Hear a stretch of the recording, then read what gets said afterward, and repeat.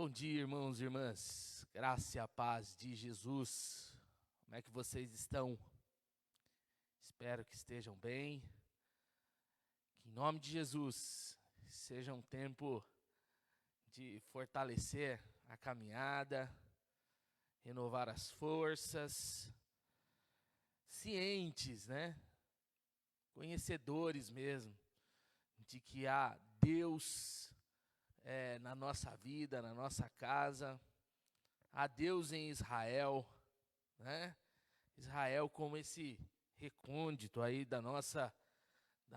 dos nossos, desse povo que chama pelo meu nome, que em nome de Jesus, viu? Você em todos os seus afazeres aí, nessa semana que se inicia, você seja abençoado, agraciado em nome de Jesus. Nós vamos orar. Nós vamos orar ao Senhor. Nós vamos agradecê-lo. E eu quero convidar você aí a chamar todo mundo da sua casa. Acorda todo mundo aí.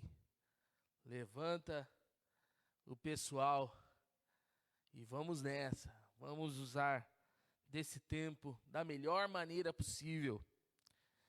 Então vai convidando aí, tá? Enquanto nós vamos orando, você vai partilhando e assim a gente vai conduzindo esse tempo.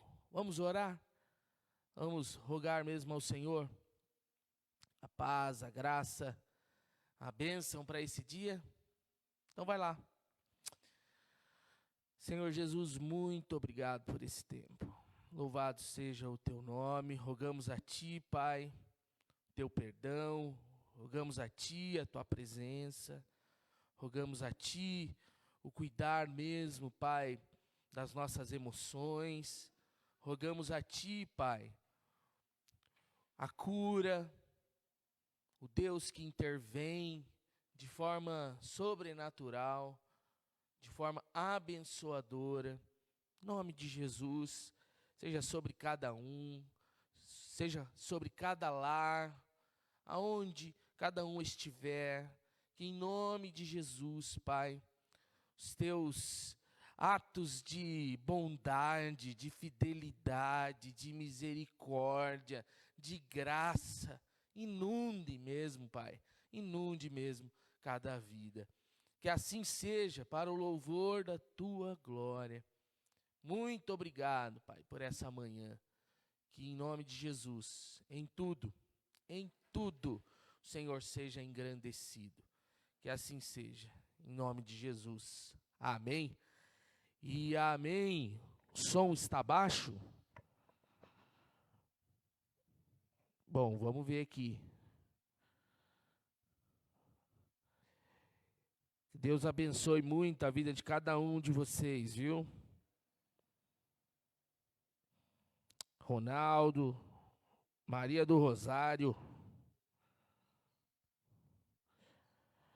Maria Lúcia, a Kelly, a Clélia, Neísa, Leila, Tereza. Bom, não sei, falaram que tá baixo aí, Gessé. Não? Aqui o som está bom, a Vanessa disse. Se colocar um fone, eu acho que fica top, né? Então, veja aí. Mas aí com fone é duro que só escuta um, né? Mas vamos lá, vamos dar um jeito aí. Que bom que estamos juntos. Tempo favorável, tempo do Senhor para nossa vida. E eu quero fazer uma caminhada com vocês. Nesse domingo, nós vamos iniciar uma rota aqui em Lamentações de Jeremias. Então, eu queria que você abrisse aí a sua Bíblia em Lamentações de Jeremias, exatamente no capítulo 3.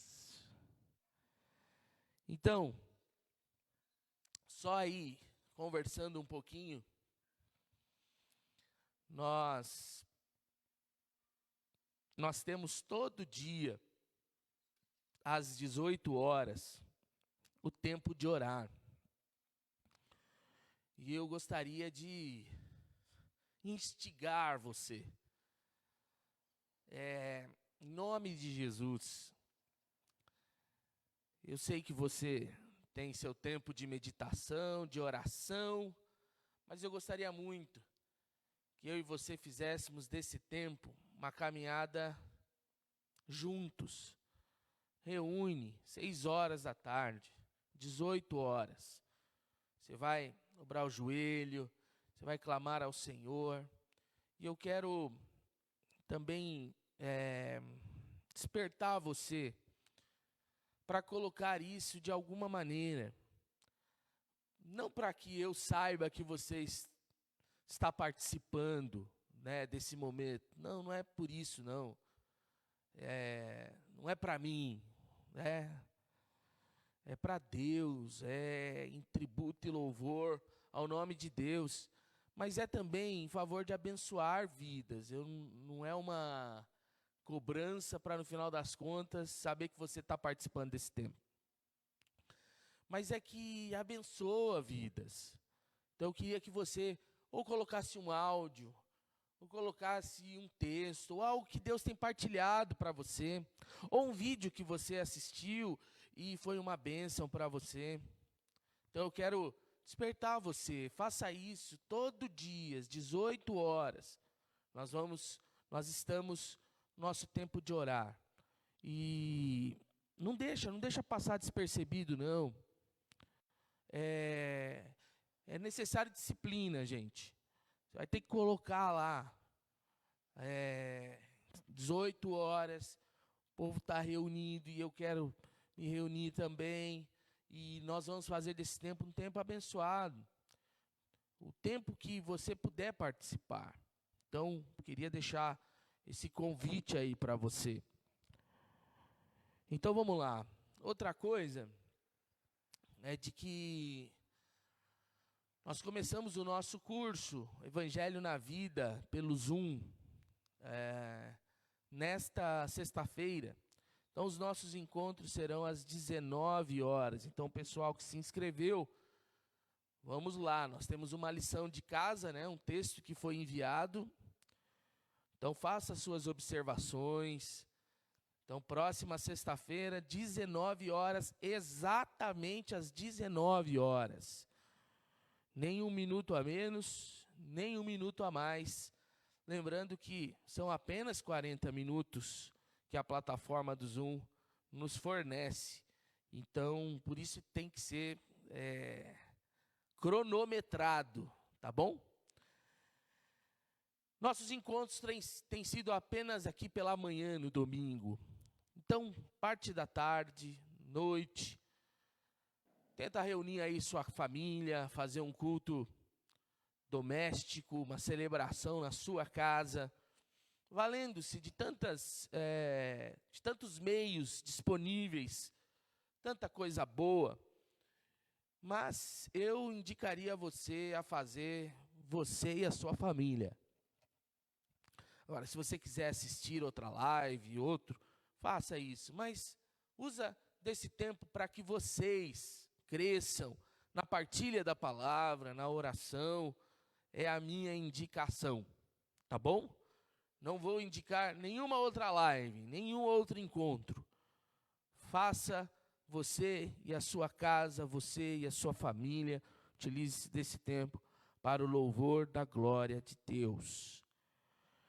Nós temos a conta da igreja, você, membro, você que quer abençoar a nossa comunidade financeiramente.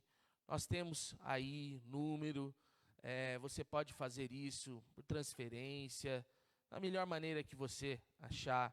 Que Deus abençoe muito a sua vida, fidelidade de irmãos e irmãs, de corações generosos, são fundamentais para esse período que nós estamos passando. Então, temos também, né, as questões da cesta básica, o pessoal tem abençoado muitas famílias, e é óbvio, sempre a gente pode melhorar mais e mais. Bom, esses são os avisos. Que Deus nos abençoe muito. Então vamos lá, vamos iniciar a nossa conversa. Lamentações de Jeremias, capítulo de número 3. Então, como eu disse, nós vamos fazer uma caminhada de 6 encontros. 6 encontros no capítulo 3 de Lamentações de Jeremias.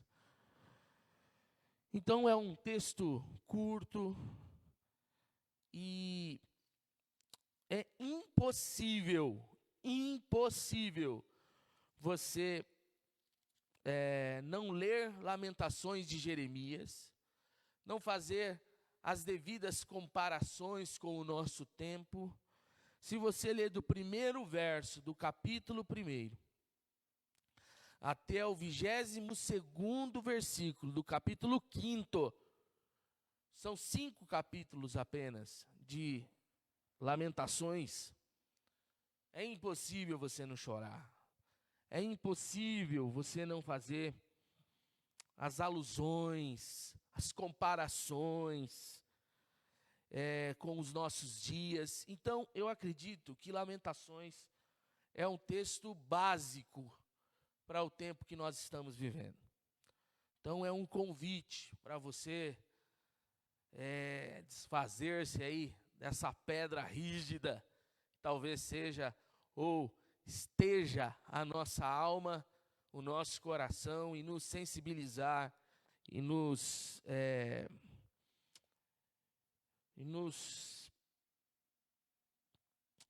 apaziguar através de um texto difícil, de leitura que vai deflagrando coisas em nós, mas que no final das contas acaba sendo conduzidor de como é que a gente tem que refletir nesse tempo, como é que a gente tem que pensar nesse tempo que nós estamos vivendo.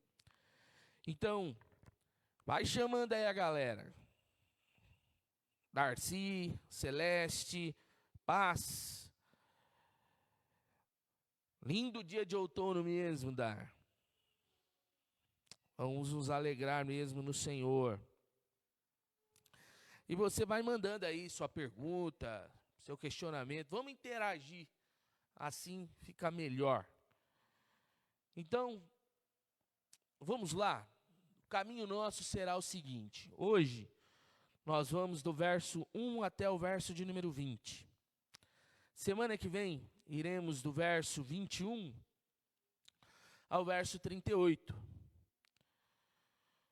Lá no terceiro domingo, iremos do verso 39 ao 41. No quarto domingo, do 42 ao 51. No quinto domingo, do 52 ao 59. E aí, encerraremos lá no sexto domingo, do 60 ao 66. Então, utilize-se aí de Lamentações como um texto para sua meditação. Vamos ler então Lamentações, capítulo de número 3, do verso 1 ao verso de número 20. Então diz assim a palavra do Senhor: Eu sou o homem que viu a aflição trazida pela vara da sua ira. Ele me impeliu e me fez andar na escuridão e não na luz. Sim, ele voltou sua mão contra mim, vez após vez, o tempo todo. Fez que a minha pele e a minha carne envelhecessem e quebrou os meus ossos. Ele me sitiou e me cercou de amargura e de pesar. Fez-me habitar na escuridão como os que há muito morreram. Cercou-me de muros e não posso escapar. Atou-me a pesadas correntes. Mesmo quando chamo ou grito por socorro, ele rejeita a minha oração. Ele impediu o meu caminho com blocos de pedra e fez tortuosas as minhas sendas. Como um urso à espreita, como um leão escondido, arrancou-me do caminho e despedaçou-me, deixando-me abandonado. Preparou o seu arco e me fez alvo de suas flechas. Atingiu o meu coração com flechas de sua aljava. Tornei-me objeto de riso de todo o meu povo. Nas suas canções, eles zombam de mim o tempo todo. Fez-me comer ervas amargas e fartou-me de fel. Quebrou os meus dentes com pedras e pisoteou-me no pó. Tirou-me a paz. Esqueci-me o que é prosperidade. Por isso digo, meu esplendor já se foi, bem como tudo o que eu esperava do Senhor. Lembro-me da minha aflição e do meu delírio, da minha amargura e do meu pesar. Lembro-me bem disso tudo, e a minha alma desfalece dentro de mim. Que texto, não? Que passagem, que lamentação de um homem. Vamos orar, pedir ao Senhor que Ele nos conduza nessa nossa conversa. Pai, quantas das vezes a nossa alma se sente como a do profeta? Quantas das vezes o nosso interior, os nossos pensamentos, aquilo que nos aflige, nos leva, Pai, a conclusões, a conclusões tão perigosas, tão difíceis, até mesmo de expressar, de falar, de colocar para fora. Por isso nós rogamos a Ti, usa a Tua palavra, que o Teu Espírito esteja sobre nós, conduzindo-nos, Pai, nesses momentos de conversa em torno do Evangelho, da boa notícia do Senhor. Apacenta-nos como ovelhas, apacenta-nos como Teus filhos e filhas, que assim seja, Pai, para o louvor da Tua glória, em o nome de Jesus. Amém. E amém. Pois bem, quero citar para vocês. Diz que travou aí, não? A internet essa semana tá meio osso, né? Mas vai dar certo aí, irmãos. Quero citar então aqui, no primeiro momento, para introduzir a nossa conversa, uma citação de Blaise Pascal. Olha o que ele disse. Existe luz o suficiente para aqueles que desejam ver Deus com toda a sua alma. Então essa é uma primeira afirmação dele. Existe luz suficiente nesses tempos para vermos a Deus com toda a nossa alma. Mas daí vem a segunda sentença. E existe também escuridão suficiente para aqueles que nutrem o desejo contrário.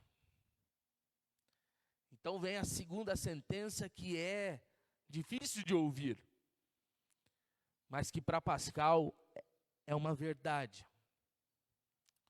Se existe luz para encontrarmos a Deus com toda a nossa alma, existe também nos nossos dias escuridão suficiente para que a gente nutre, para que a gente instale, aloje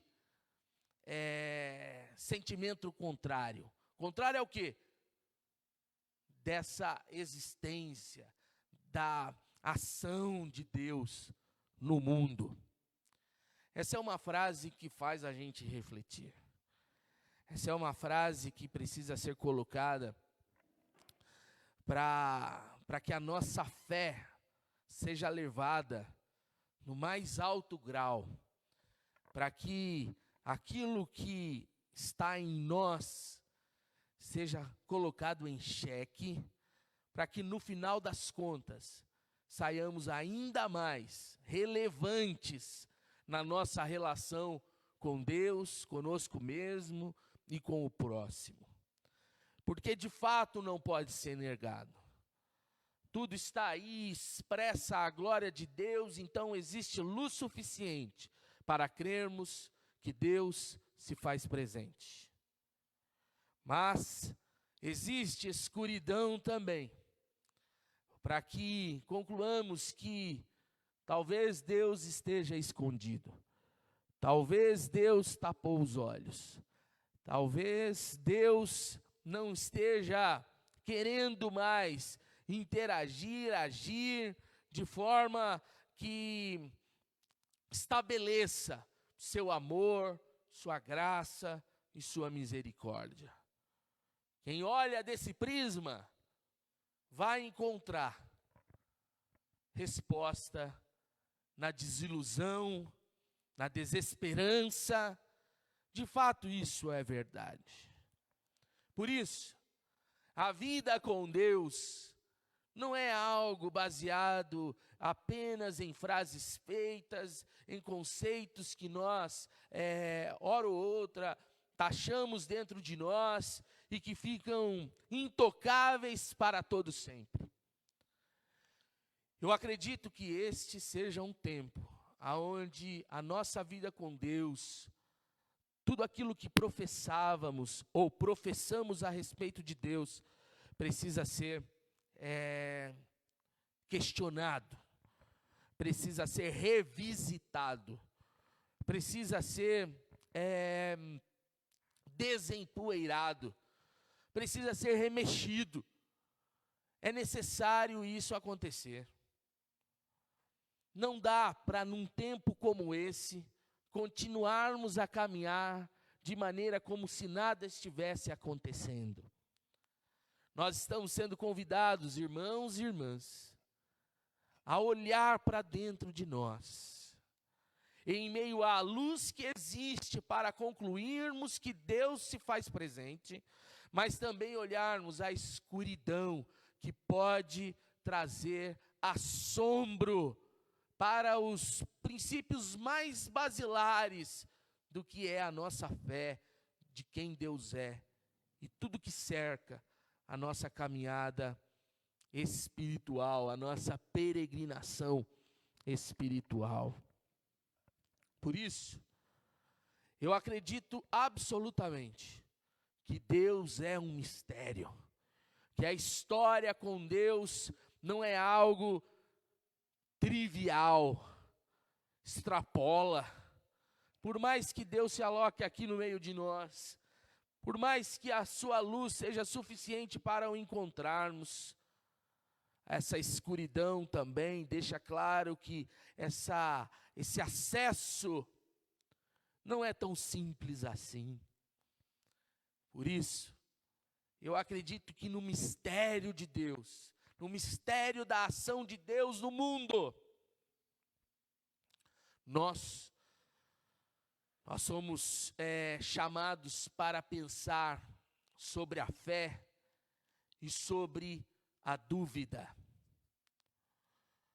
E eu acredito absolutamente que fé e dúvida precisam caminhar juntas. nós não podemos, em hipótese alguma, nos desfazer da dúvida.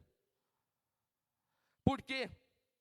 Porque a fé precisa da dúvida. E eu queria que você anotasse isso. A fé precisa da dúvida, porque é a dúvida que vai forjar a fé. É a dúvida que vai purificar exatamente o que de fato cremos e como cremos e o porquê cremos. É a dúvida, quando se instala, que faz a gente repensar e revisitar os temas mais caros para mim e para você.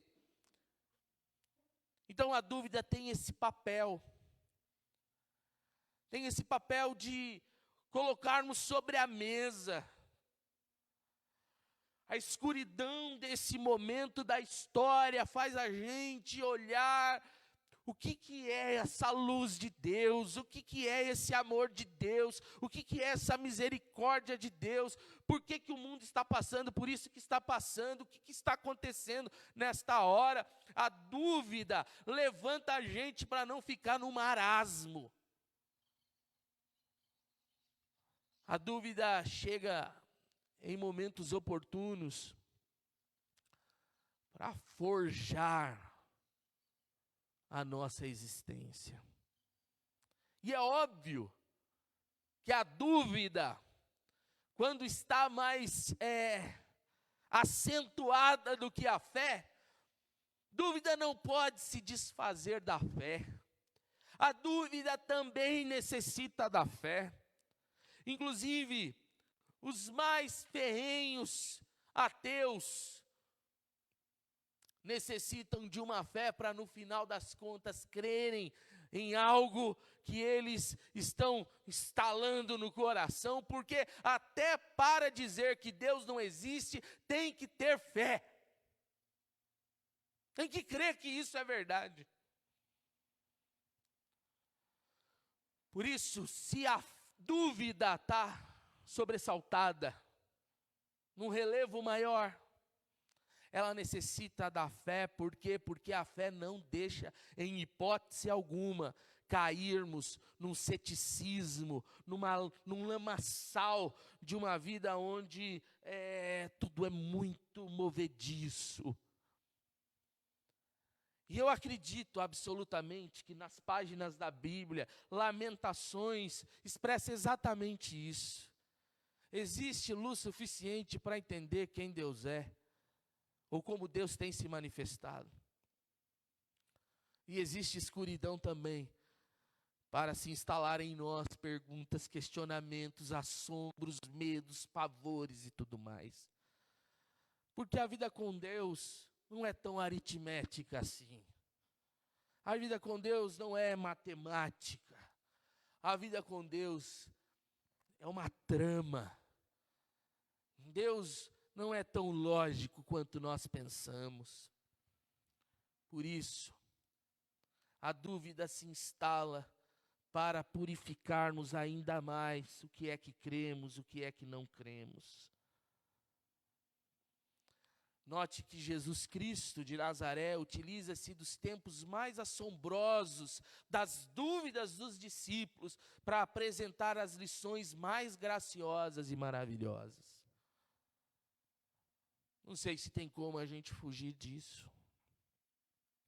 E eu, inclusive, duvido quando essas coisas não são colocadas em jogo e nós simplesmente nos utilizamos de frases prontas, conceitos, chavões, que não levam a gente colocar sobre a mesa onde está fundamentada a nossa fé.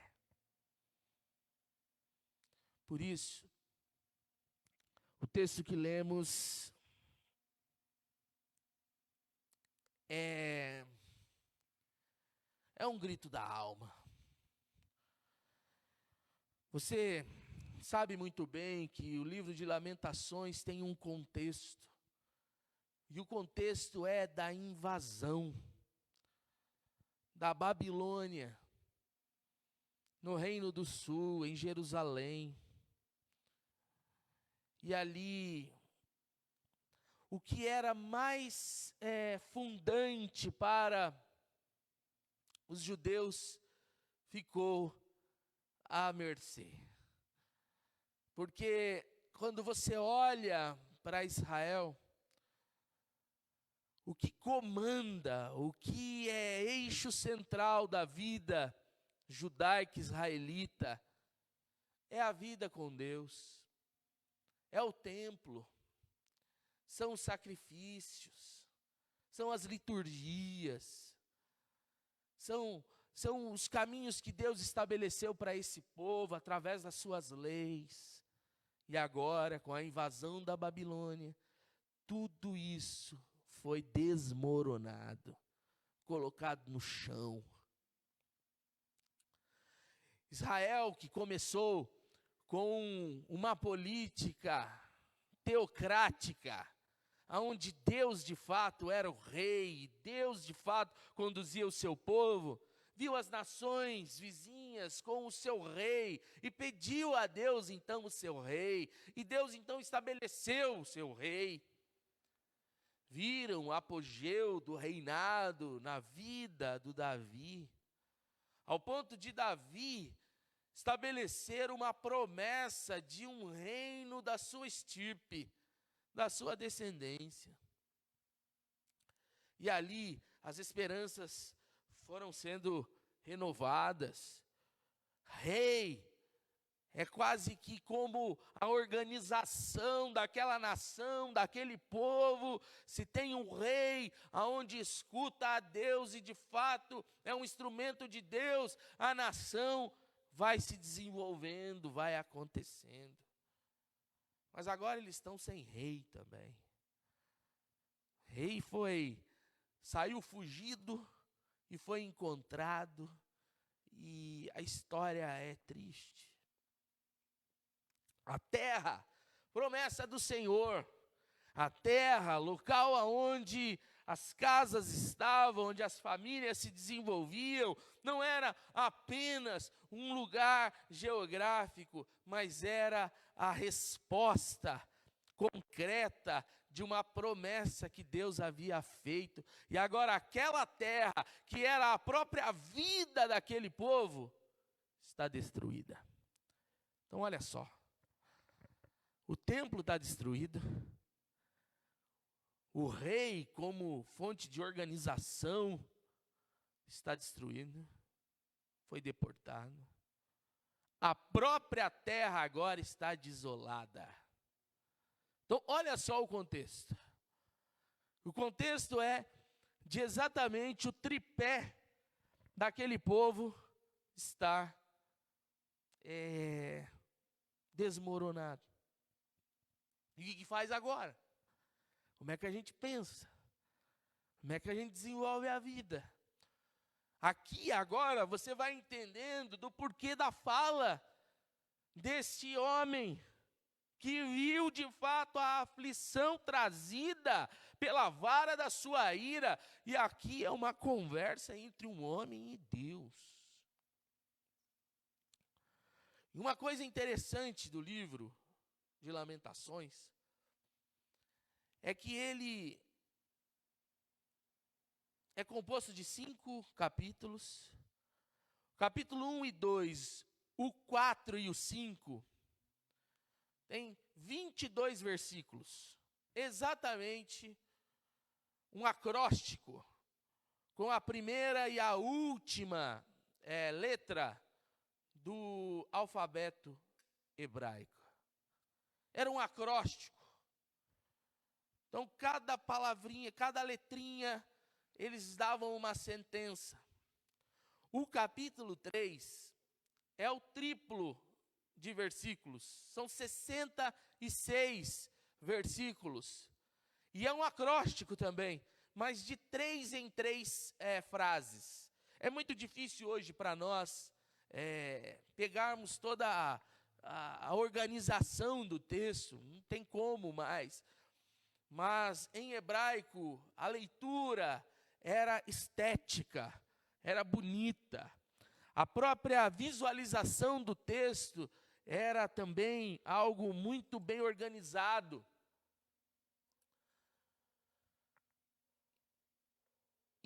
E aqui no nosso capítulo,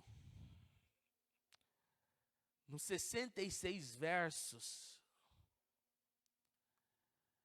ao contrário do capítulo 1, 2, 4 e 5, que é muito mais uma questão coletiva, aonde o que está em jogo é a nação sofrendo, aqui agora vem para um indivíduo, sai do sofrimento coletivo, sai de uma concepção maior e vai entrando agora no calabouço da alma de um ser. Porque você sabe muito bem disso. Nós somos convidados a sofrer os sofrimentos alheios. Nós não podemos tapar os olhos para isso. Mas a dor que nos dói de fato não é tanto o sofrimento alheio, mas é quando o sofrimento se instala na nossa própria alma. É aí que dói, é aí que machuca.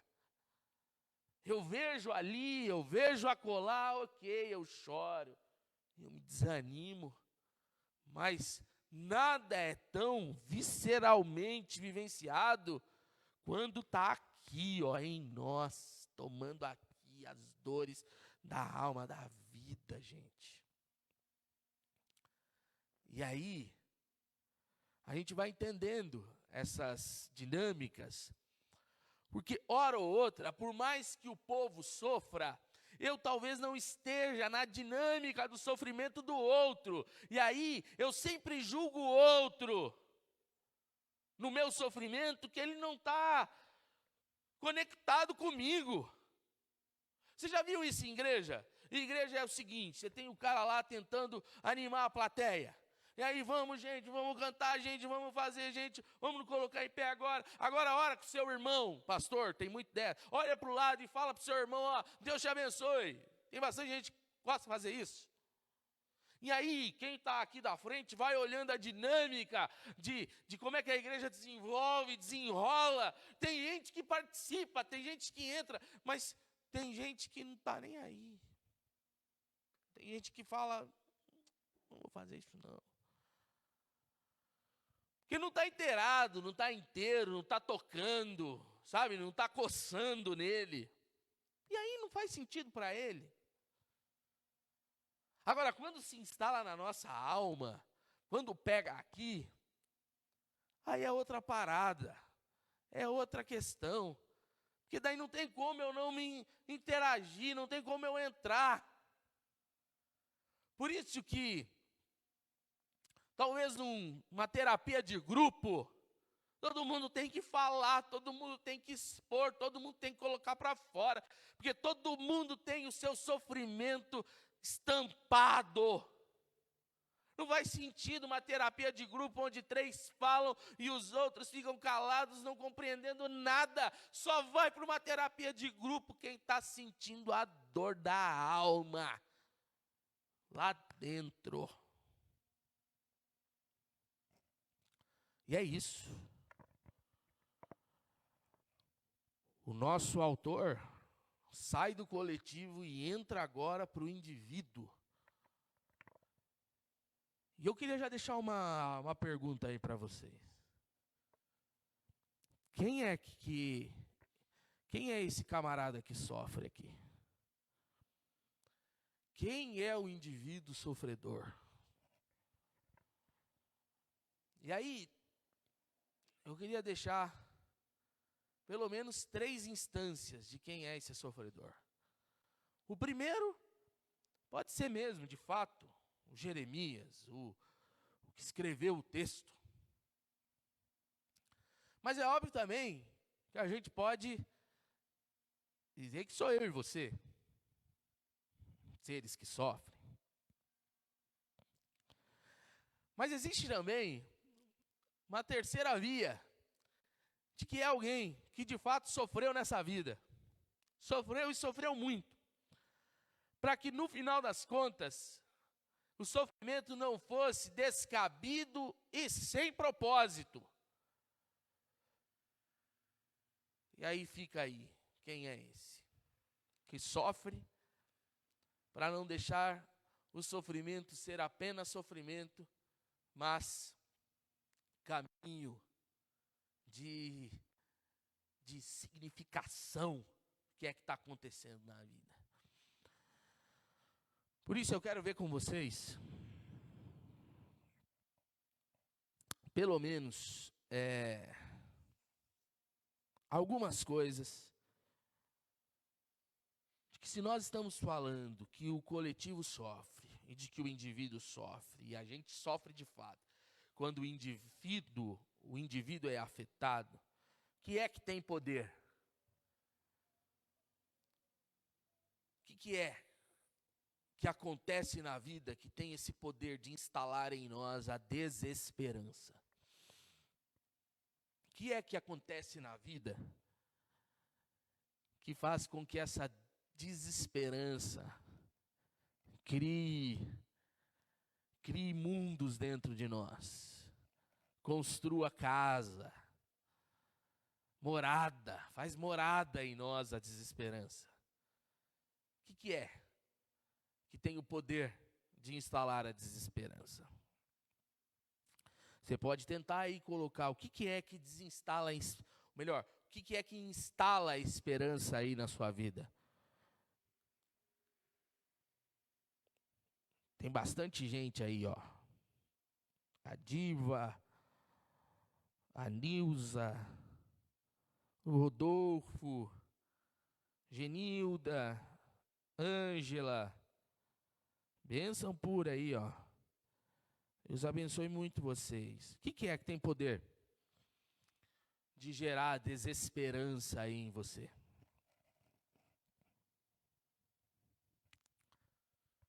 O que tem? Alguém gostaria de partilhar aí? O que é que chega aí para você e você fica cabrunhado? Coloca aí. O que é que tem gerado aí em você? Um pavor, um tremor, uma angústia. O que é?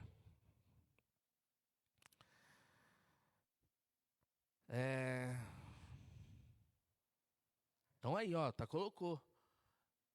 Fui eu que escrevi aí, viu? É nada, Gessezão que tá aí. O que é que tem poder de gerar desesperança em você?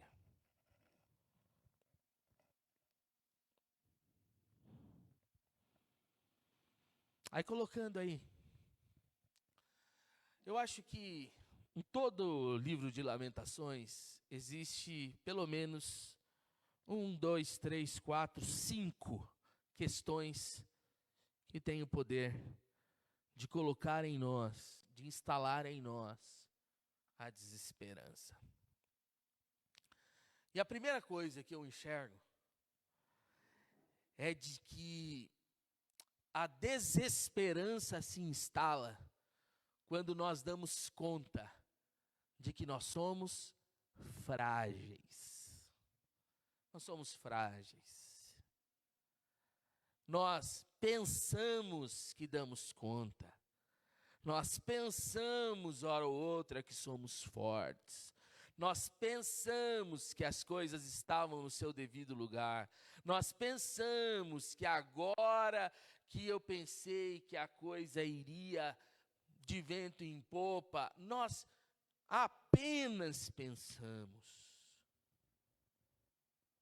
Mas a verdade nua e crua, sem rodeios, é de que nós somos frágeis. É de que sonhos se frustram. É de que a nossa inteligência não dá conta. É de que o nosso conhecimento a respeito de determinada coisa sempre vai ser superficial. Sabe? A nossa fragilidade se instala quando vai decretando em nós um estado de que nós pensávamos estar prontos, mas nós não estamos nem no meio do caminho. Nós vivemos um mundo extremamente de uma tecnologia absurda. E quantas respostas já foram dadas, mas uma resposta que a gente queria para agora, vai postergando, vai para amanhã, vai para amanhã. Ó, daqui um ano sai essa resposta, daqui um ano e meio sai essa resposta. E a gente vai ficando... O destaque é de que um mundo que pensou ser extremamente tecnológico, de um conhecimento absurdo, não consegue dar conta de tudo, não. O pessoal começou a responder aí a Roseli, ó, o desconhecido sempre nos assusta. De fato, instala em nós a ansiedade, né? Mas pensa vocês, inclusive esse desconhecido faz parte da constatação de que nós somos frágeis, de que nós não temos todas as respostas, de que a gente achou que estava aqui, a terra era nossa, o templo estava instaurado, Deus é por nós, o rei está aí, hora ou outra sobe um rei meio despótico, meio amalucado, avesso a Deus, mas Deus abate, Deus coloca outro, a vida vai fluir, parece que tudo está numa devida ordem, fluindo e acontecendo, quando acontece algo e escancara a fragilidade humana. Somos frágeis. A segunda coisa,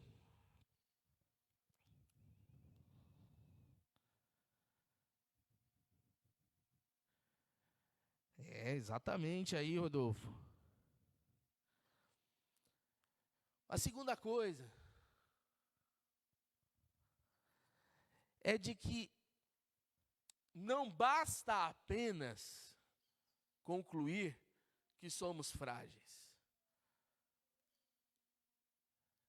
A dureza da desesperança chega na gente quando nós constatamos que somos pecadores. Não é só uma coisa que não conseguimos fazer. Não é só uma coisa que o que temos não dá conta do que existe. É também uma questão de que os padrões estão estabelecidos e nós somos ineficazes no cumprimento do padrão, da submissão a esse valor.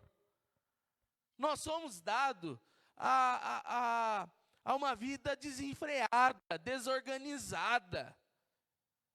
Nós não gostamos de meios, de regras, de leis. Nós somos transgressores mesmos. Nós bancamos a vida pelo nosso próprio jeito. E quem tenta colocar para a gente que a vida tem que ser assim, assado, vai ser colocado de lado. Porque nós vamos seguir a vida pelo nosso próprio anseio, desejo, paixão. Nós somos pecadores. Você lê Lamentações, ninguém foge. Todo mundo aqui, tanto coletivo quanto individual, nós vamos chegar nesse trecho do texto onde o indivíduo aqui vai olhar para dentro dele e vai falar: eu sou pecador, eu pequei contra o Senhor. Porque essa é uma coisa bonita também do indivíduo. Ele é pecador e não quer negar o fato em hipótese alguma, mas não podemos também, em hipótese alguma, esquecer de que essa vida pecadora instala em nós a desesperança. Quem nunca ficou conflituoso consigo mesmo, porque sabia que não estava andando no padrão, sabe disso, mas não consegue mudar. E aí ele diz: não, agora eu vou parar de fazer isso daqui, eu não vou fazer mais isso daqui. E daí amanhã fazia de novo. E aí de novo fala que não vai fazer mais e não vai fazer. E aí faz de novo. E aquilo vai instaurando em nós, instalando em nós. Eu não tenho mais jeito, não há mais esperança de que isso mude na minha vida. É um vício instaurado. É uma mentira que não consegue sair dos meus lábios. É um pensamento impuro que teima rondar a minha mente. É a minha procedência que poderia ser mais polida, mas eu não consigo. Sabe? Sabe que deveria ser assim, mas não consegue. Desde uma questão bem superficial às mais inteiras, onde o padrão é Deus, e a gente não consegue. Tem uma terceira questão do que instaura o mal, ou a desesperança em nós, e é a constatação do mal. E aqui mal não é entidade, capeta, demônio, não é isso não. É o mal que a gente olha ali na esquina mesmo. É o mal que invade as páginas dos jornais. É o mal como mortes que acontecem. Mal como famílias necessitadas do pão básico para viver. É um mal encarnado na sociedade onde nós vamos olhando do nosso lado e vamos concluindo de maneira tão abobalhada, superficial, que é fácil resolver as questões. Me perdoa o que eu vou falar. Mas desse lado, olha alguém que diz que tem que ficar em casa, porque a família é uma bênção, porque a família é isso, porque a família é aquilo, e agora é a oportunidade para tudo isso, e papapá. E é verdade, não tem nada de errado, isso aqui é agora, né? Eu mesmo falei isso, se não for agora que a gente resolve os nossos problemas, vai ser nunca, porque é agora que a gente está junto. Mas aí a gente nega o fato, porque a gente não está nesse prisma olhando a questão do camarada que não tem a casa que você tem, que não tem os recursos que você tem, que não tem o fundo de reserva que você tem, que não tem abastecido os celeiros da casa como você tem, como eu tenho. E aí, é como um dia o cara falou para mim, eu prefiro morrer trabalhando do que morrer de fome e ver a minha família se desestruturando aqui dentro da minha casa. E aí?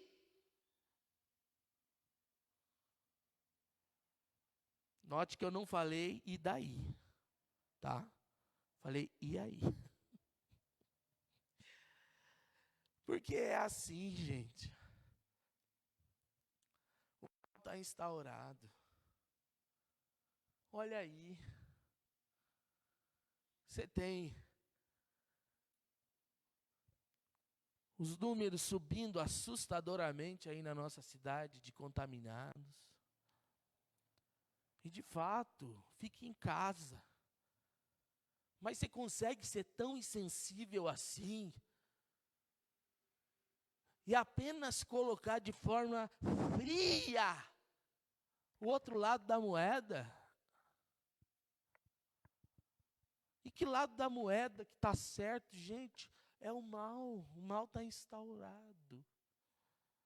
E é a fome, e é a morte, e é a doença, e é o estupro, e é os índices subindo assustadoramente de violência dentro de casa, e é os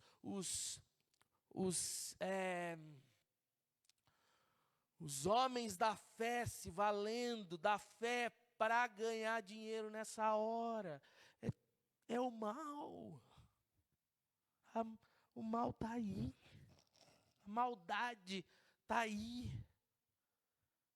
É impossível né? Hoje é isso aí. Né? Esses dias eu vi um negócio lá que falou: se tirar o coronavírus, se tirar o Bolsonaro do mundo, não vai ter mais entrevista, não vai ter mais jornal, não vai ter. Será? Será? Maldade está estabelecida, gente. Está aí, ó. Só não vê quem não quer.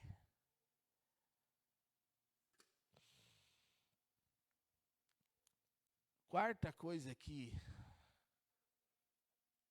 coloca a desesperança aí para dentro é o malvado. É o malvado. Porque o mal está aí. Mas existe o malvado. Aquele que delibera mesmo maldade. Aquele que pratica essa maldade. Aquele que com requintes de crueldade perturba o que já está ruim. Aquele que bagunça o que já está bagunçado. E malvado aí, você pode colocar agora o diabo, você pode colocar o inferno, as potestades, você pode colocar quem você quiser. Mas o que você não pode deixar é o quanto o ser humano, que é frágil, pecador, é também um objeto de maldade. É um malvado. É alguém que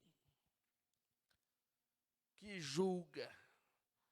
É alguém que consegue perverter a ordem. É alguém que consegue intensificar a bagunça. É alguém, e o malvado aí não é só aquele que orquestra, não. Mas é aquele que deixa de fazer também. É um malvado, aquele que sabe o que tem que fazer e não faz. Um malvado.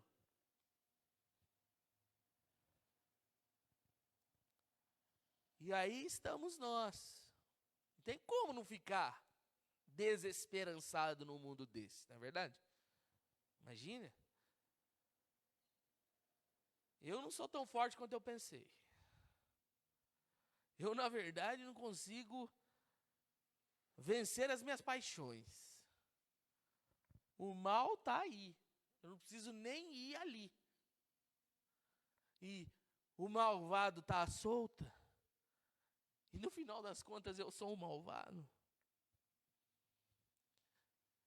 Tem esperança. Por fim, e no texto você encontra todas essas nuances aqui. Não tem como não ler esses primeiros versos e não ver a maldade. Lá nos últimos versículos do capítulo 3, você vai ver o malvado, que para o indivíduo é a Babilônia. Está tudo aí. Mas tem algo aqui que eu julgo ser o mais importante do que instaurou a desesperança no coração desse indivíduo aqui, que é o desmascaramento da ilusão de servir um Deus ídolo e não um Deus. Anote isso.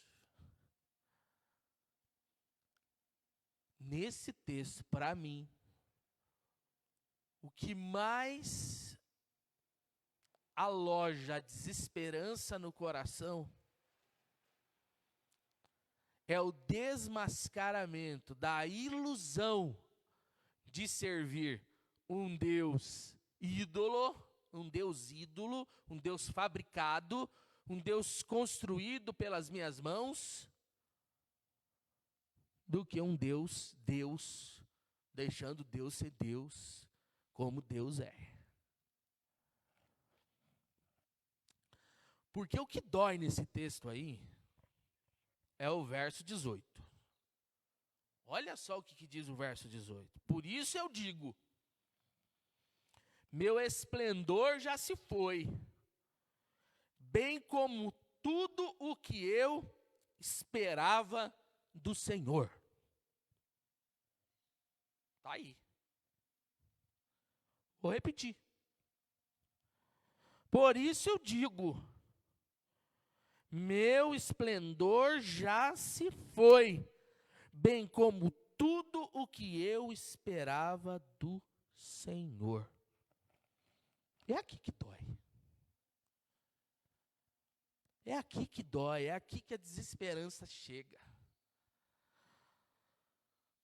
Meu esplendor já se foi, e agora, tudo que eu esperava, tudo que eu ansiava, tudo que eu criei de expectativa a respeito desse Senhor, se foi. Note vocês que isso tem um poder de gerar desesperança em nós. Construir um Deus ao nosso modo, gerar expectativas a respeito desse Deus à luz de alguma história ou de alguma vivência com esse Deus, achar que esse Deus é tão monótono ao ponto de agir apenas de uma determinada maneira, ao ponto de que eu espero dele isso, e quando isso que eu espero não chega, é óbvio que a desesperança se instala, a esperança se vai, e eu agora estou com a cara na lona. E existe muito disso entre nós.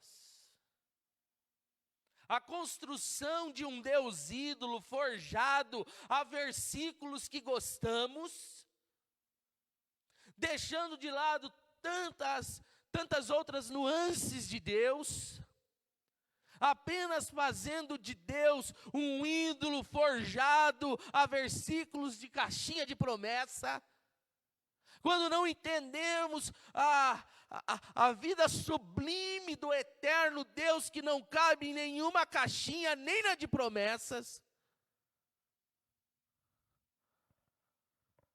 Choca a gente quando Deus parece que é avesso àquilo que nós esperávamos dele.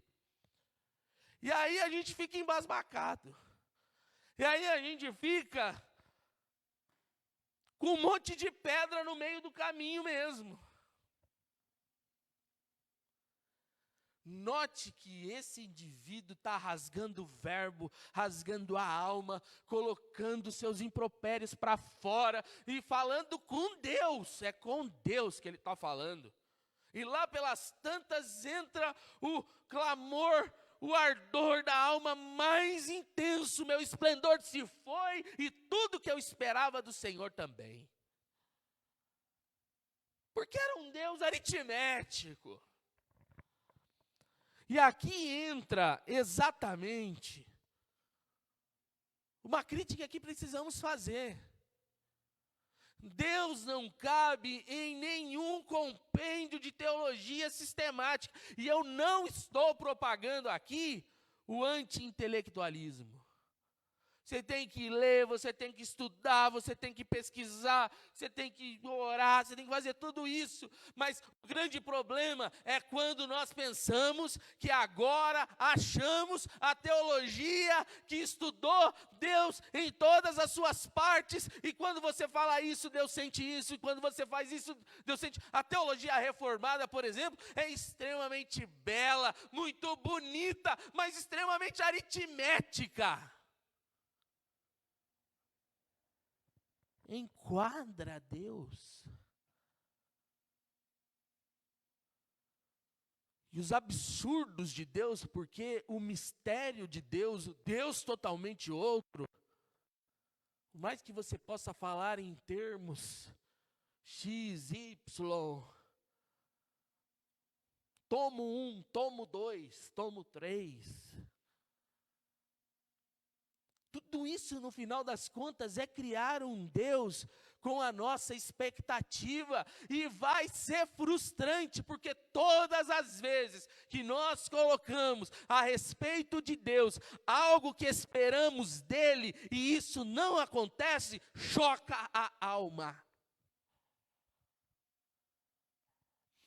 Então nós somos assim. Se alguém está doente, a gente ora e a gente fala, louvado seja Deus, Deus é fiel. E se alguém bate o carro, capota 10 vezes, e a gente ora e fica vivo, Deus é fiel. E se alguém está passando por dificuldade, a gente ora e faz uma campanha, e Deus é fiel. E a gente dá a glória para Deus. Tudo isso é um erro? Claro que não. De fato, Deus é fiel. De fato, Deus é bom. De fato, Deus responde orações. De fato, nós somos convidados a buscar ao Senhor em tempos da aflição, para Deus intervir. Tudo isso é verdade. A grande pergunta agora é: e se tudo isso acontecer de maneira contrária? Deus não é fiel? Deus não permanece bom? Deus não permanece Deus? Porque é óbvio que do nosso coração o que a gente espera a respeito de Deus é que em orando a resposta chegue.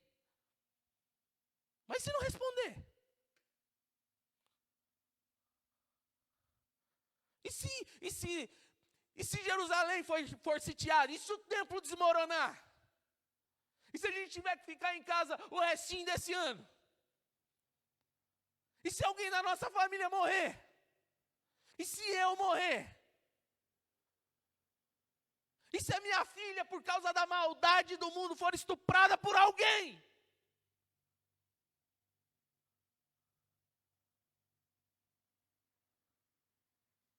Deus não é fiel. Deus não é bom. Deus... E aí a gente é expert nisso. O que eu estou fazendo aqui não é uma coisa que você não pensou. E a gente resolve. Mas eu não sei se a gente resolve com as intensidades. Eu acho que a gente resolve com chavão. Porque quando acontece, Deus quis assim. E aí a gente, pronto. Porque Deus quis assim, acabou. A gente não vai, a gente não arrasoa mais. E de fato, você pode ser tão fiel mesmo no Deus que é soberano e quis assim. Amém. Mas será que isso é de fato o que passa na alma?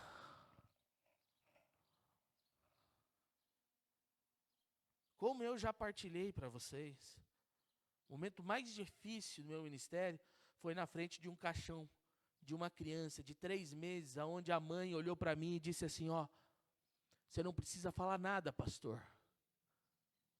Só me responde uma pergunta.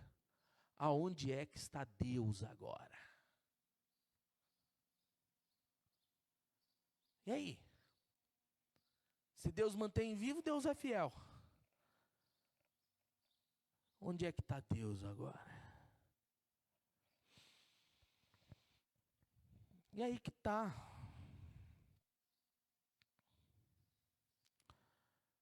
A pergunta é essa.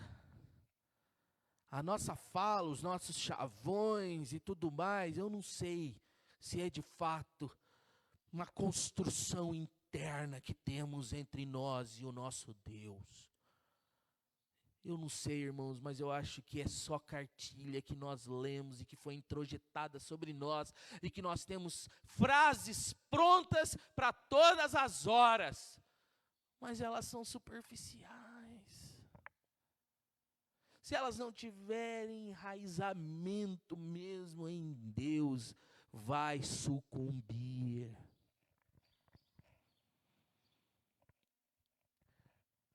O que é que a gente espera de Deus?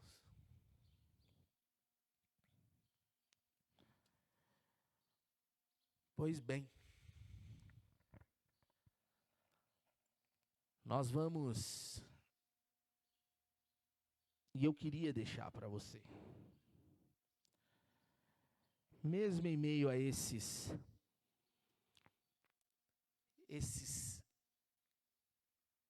situações que instalam em nós a desesperança, algumas rotas já para o nosso coração pensar, refletir e tudo mais. Uma primeira coisa que eu gostaria de deixar com você é de que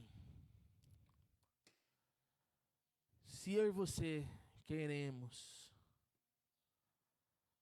abraçar a luz que está evidente da existência de Deus e começar a sair dessas densas trevas, aonde vamos arrazoando a respeito da ineficiência de Deus. Acho que esse texto que lemos hoje é claro em nos apontar, gente, de que um caminho para um fortalecimento da nossa história da fé é falar com Deus. Lembra que eu disse para vocês que é um acróstico? E que aqui no capítulo 3, o acróstico é feito de 3 em 3 frases. Eu queria muito que nós entendêssemos que os nossos dissabores, as nossas crises, as nossas dúvidas, as nossas crenças precisam ser constantemente peneiradas em uma boa conversa com Deus. É com Deus. É rasgar a alma com Deus. É Deus, aqui está quem eu sou, o que eu tenho sentido, o que eu tenho passado, como eu tenho vivenciado. Deus, eu não quero fugir, hipótese alguma. Está aqui essa alma sofredora dos questionamentos mais abissais. Aqui estou eu, aqui está a minha crise. Por que meu filho está assim? Por que a minha filha está assim? Por que a minha igreja é assim? Por que o mundo está passando por isso? Fala com Deus, rasga a alma com Deus. Deixa o seu pudor de lado. E fala com Deus. Rasga a alma.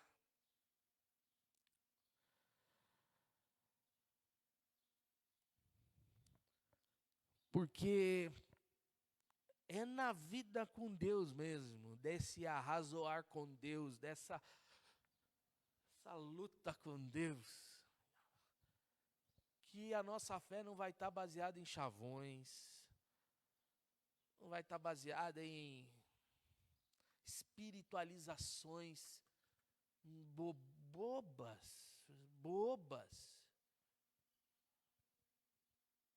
E eu acho muito bonito, e a gente vai passar por esse trecho, de que esse indivíduo aqui não tem problema nenhum em falar que o que aflige a vida dele é Deus. Não é os babilônios, não é o pecado, tudo isso ele confessa, a gente vai passar por isso, mas ele não tem problema, ele não teria problema em falar, o coronavírus foi Deus que mandou, não teria problema.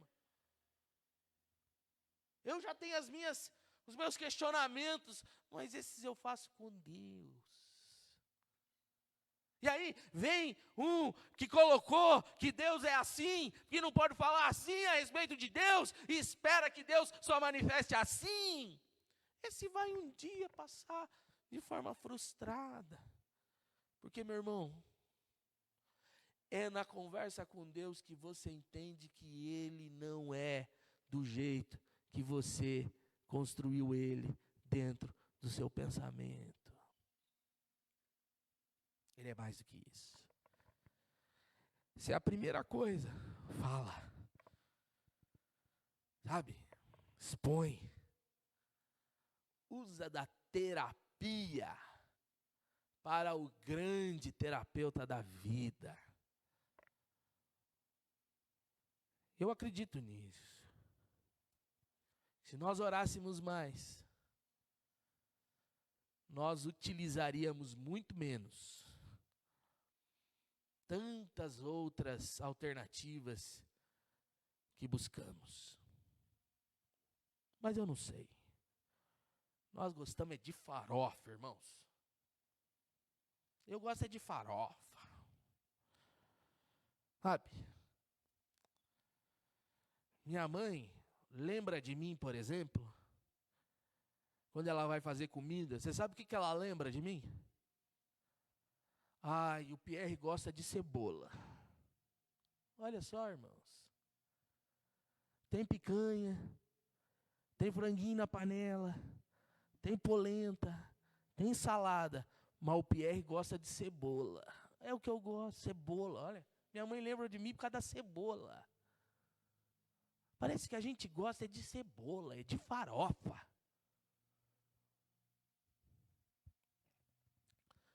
Mas que a gente não está afim de comer sustância. E eu acho que a gente come sustância mergulhando para dentro de Deus. Essa é a primeira coisa. A segunda coisa que eu queria deixar com vocês é de que o nosso sofrimento hoje precisa ser mediado pelo sofrimento de Cristo Jesus. Porque se esse indivíduo sofredor do capítulo 3 de Lamentações expôs todo o drama da vida que estava passando, nada disso se compara ao drama e sofrimento que o Cristo padeceu por mim e por você. Ao ponto de que agora os nossos sofrimentos não estão jogados, batendo um no outro. O nosso sofrimento agora alcança eco na cruz do Calvário. O nosso sofrimento agora precisa ser exatamente significado pelo sofrimento de Cristo Jesus. Ao ponto de que é Pedro quem vai indicar isso para a gente, se ressignifica os sofrimentos de vocês, porque o padecer hoje já não é mais um padecer por padecer, mas é um padecer debaixo daquele que padeceu por todos nós, e de que acolhe a nossa vida debaixo das tuas asas. Então esse é um segundo ponto. Quando a gente vai lendo esse sofrimento aqui, a gente pensa que esse é um sofrimento meu, porque são punições, porque são somatizações. Mas olha só, meu irmão, minha irmã, não deixa de ser verdade tudo isso. Mas sofrimento por sofrimento nos leva à morte. Mas agora, o nosso sofrimento encravado na verdade da cruz de Cristo redimensiona, ressignifica. E eu queria muito que você entendesse isso. Que você colocasse isso no seu coração. Vamos sofrer em Deus. Vamos sofrer os bons sofrimentos na relação mesmo com Cristo Jesus. Então eu acredito muito que esse texto tem essas duas lições em meio às situações que instalam em nós a desesperança. O primeiro é fala. Pelo amor de Deus, fala. Segundo, existe alguém que sofreu muito mais do que eu e você sofremos para que o nosso sofrimento não seja descabido. Sofrer em Cristo é ter afago. Sofrer em Cristo é ter paz. Sofrer em Cristo é ter a dimensão exata de que a nossa vida está firme, segura nas mãos de Deus. Porque eu quero encerrar fazendo uma transição.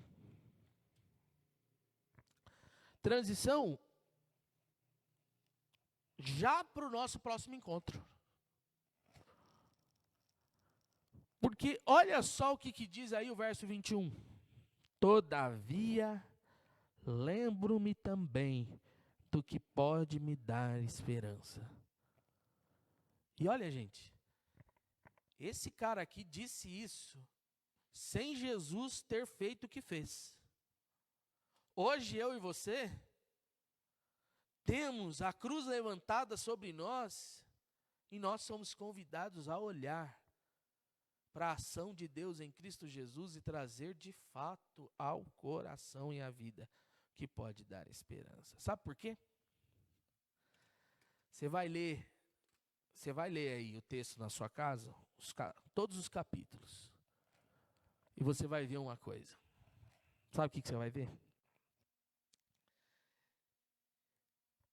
Que tem hora que o nosso sofrimento parece que é interminável, eterno, duro como uma rocha. Certo? Permanência. E na hora que o problema é permanente, é duro como uma rocha, parece que é interminável, surge nessa hora a dúvida, lembra da dúvida? Que diz, será que Deus está aqui? Onde será que está Deus? Por que eu estou passando por isso?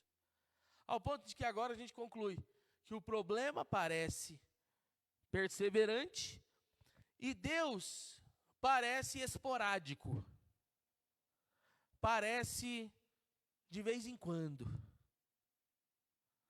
Mas quando a gente vira a roda, quando a gente fala com Deus, quando a gente entende que o sofrimento de Cristo é o grande significador dos nossos sofrimentos, inverte-se.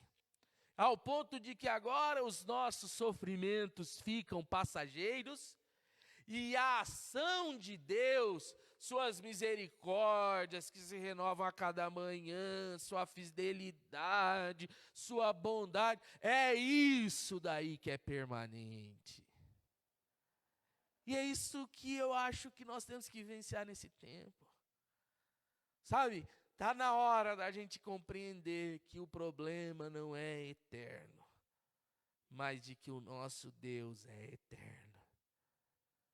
E é aqui que agora a alma vai sendo tratada, não sem choro e angústia, mas seja a morte, seja a vida, seja anjos, seja principados, seja coisas do presente ou do porvir, nada poderá nos afastar, nos separar do amor de Deus que está em Cristo Jesus, o nosso Senhor.